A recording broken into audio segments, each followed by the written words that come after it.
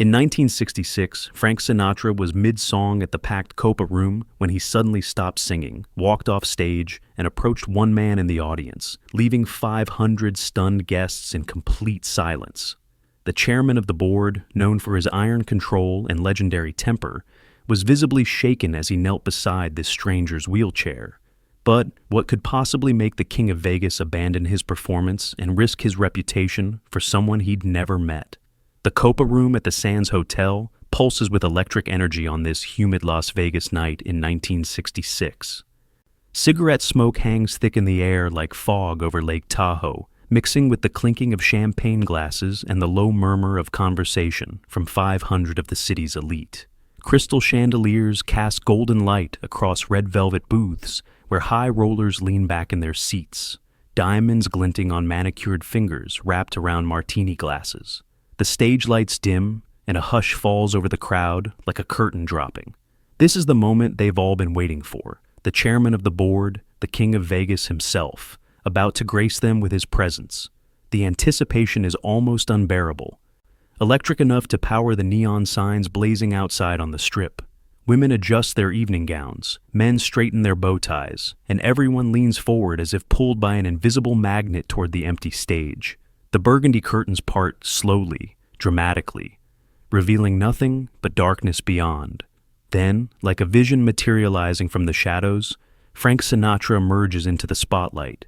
He's impeccably dressed in his signature black tuxedo, white pocket square folded with military precision, his patent leather shoes reflecting the stage lights like mirrors.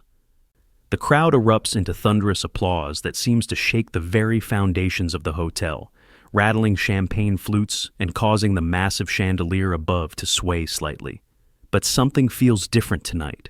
Those who know Frank well, the musicians who've played with him for years, the waitresses who've served him countless Jack Daniels on the rocks, the security guards who've watched his back through good times and bad. They sense it immediately. There's a tension in his shoulders that wasn't there during afternoon rehearsal, a slight hesitation in his usual confident stride to center stage. His trademark swagger seems forced, as if he's willing himself to embody the legend that everyone expects to see. Frank approaches the microphone with practiced ease, flashing that $1,000,000 smile that's launched 1,000 dreams and broken twice as many hearts. The spotlight catches the silver threading through his dark hair, making him look like a matinee idol, touched by time, but not defeated by it. He adjusts his cufflinks, a nervous habit few would recognize, and surveys the sea of expectant faces before him. The diamond on his pinky ring catches the light as his fingers drum silently against his leg. His eyes move methodically across the room, taking in the familiar sight of Vegas royalty occupying the prime tables near the stage. Hollywood stars sit beside casino owners, their faces glowing with the anticipation of witnessing something special. Powerful men, whose names appear in newspapers, but whose business dealings remain carefully hidden, lean back in their chairs, their presence a reminder that even in entertainment, real power moves through darker channels. But tonight, his gaze lingers longer than usual, as if he's searching for something specific among the crowd. The band behind him shifts slightly, sensing their leader's unusual energy. The trumpet players exchange glances. The drummer adjusts his grip on the sticks, and the piano man flexes his fingers over the keys, all waiting for their cue. "Ladies and gentlemen," Frank's voice cuts through the silence like silk through steel. "Welcome to my living room." The crowd laughs on cue, but those closest to the stage notice his grip on the microphone stand is tighter than normal. Something extraordinary is brewing in the electric air of the legendary showroom. The opening notes of "Fly Me to the Moon" fill the venue as Frank begins his set, his voice carrying that unmistakable blend of velvet and gravel that has made him the voice of a generation. The crowd settles into their seats, drinks in hand, ready to be transported by the master at work. But behind the polished performance, Frank carries weights that threaten to crush even the strongest man. The recent divorce from Mia Farrow has left him raw and exposed, though he'd never admit it publicly.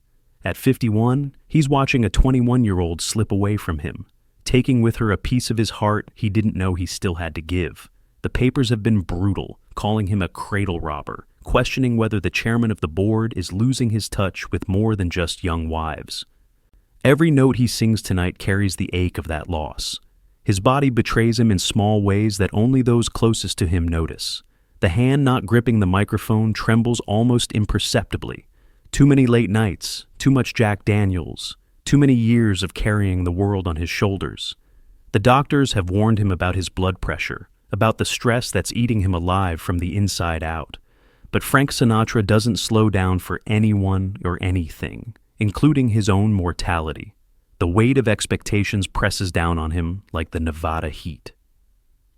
The packed audience has paid premium prices to see the King of Vegas perform, and behind those eager faces lie the real powers of the city.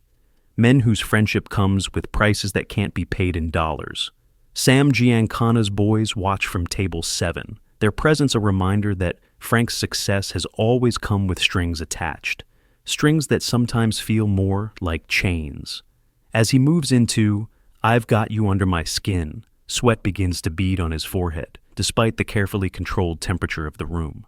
The spotlight feels hotter tonight, more intense, as if it's trying to burn away the carefully constructed facade he's built around himself. His voice remains strong, professional, but those who've worked with him for decades can hear the slight strain, the effort it takes to maintain the illusion of effortless perfection. The band behind him, musicians who've traveled the world playing his arrangements, exchange subtle glances. They know their leader is fighting battles they can't see, carrying burdens they can't share. The drumbeat pounds like a heartbeat under stress. The bass line walks a tightrope between control and chaos, and Frank's voice soars above it all, defying gravity through sheer force of will.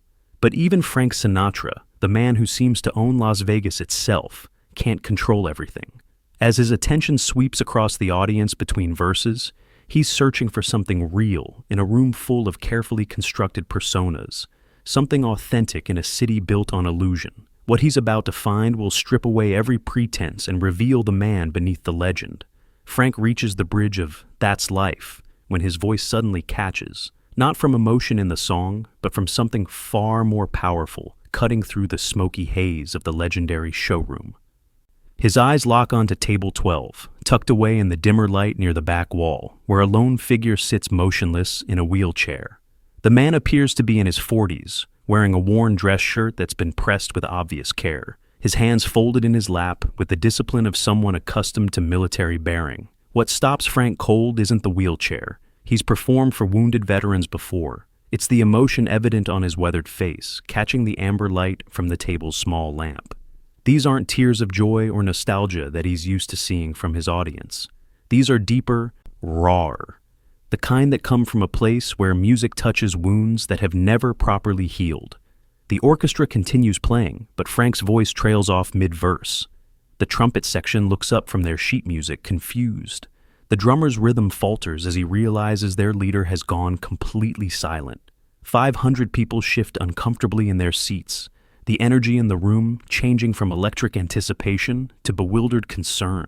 Frank stands frozen at the microphone, his usual commanding presence replaced by something none of them have ever witnessed: vulnerability. The man in the wheelchair hasn't noticed that the performance has stopped. His eyes are closed now, lost in whatever memory or pain the music has awakened. His shoulders shake slightly, and Frank can see the outline of what's left of his right leg beneath the carefully draped fabric of his trousers. The silence stretches like a taut wire ready to snap. Waitresses pause mid-stride with their trays, unsure whether to continue serving or retreat to the kitchen. High rollers lean forward in their booths, wondering if they're witnessing the great Frank Sinatra having some kind of breakdown.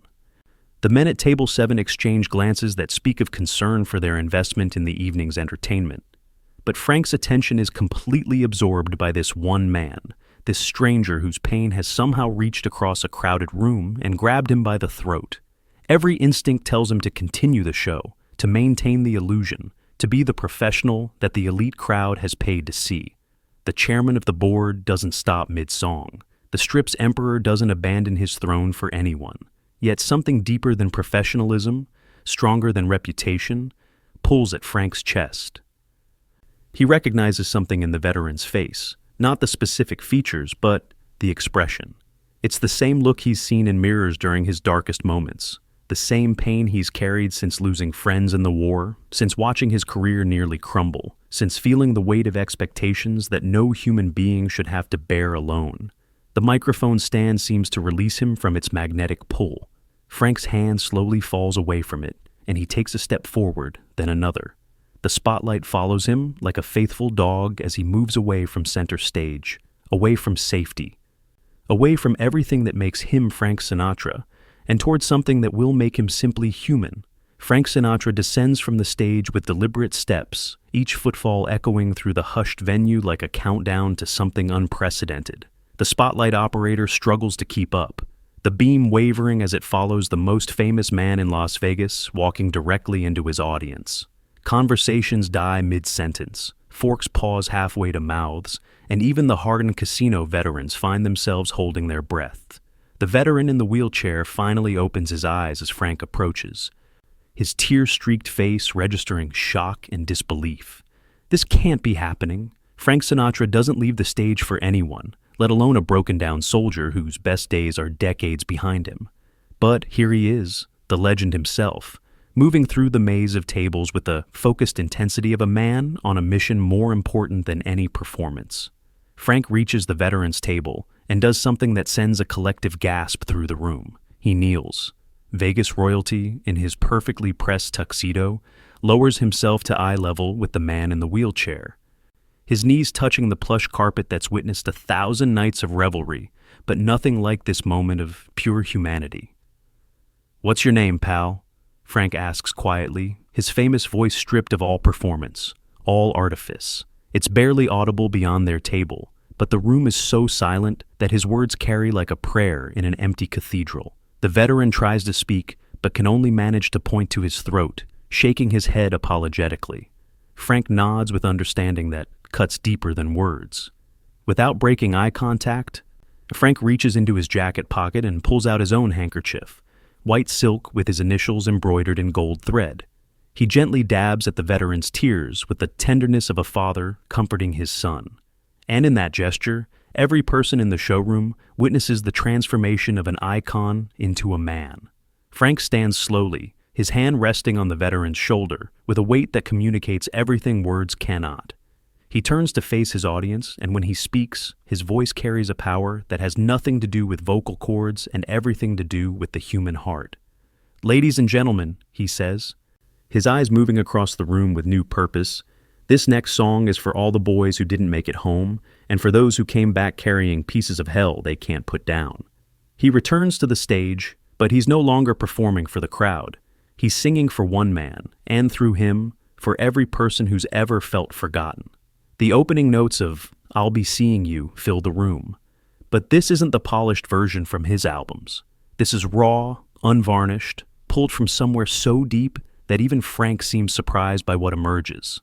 The veteran closes his eyes again, but this time his tears flow freely, without shame, as if Frank's gesture has given him permission to feel everything he's kept locked away. As the song ends, the venue erupts in applause unlike anything they've heard before. Not for a performance, but for a moment of grace that none of them will ever forget. And Frank Sinatra, who came to entertain the distinguished gathering, leaves knowing he truly touched just one, which somehow matters more than all the rest combined.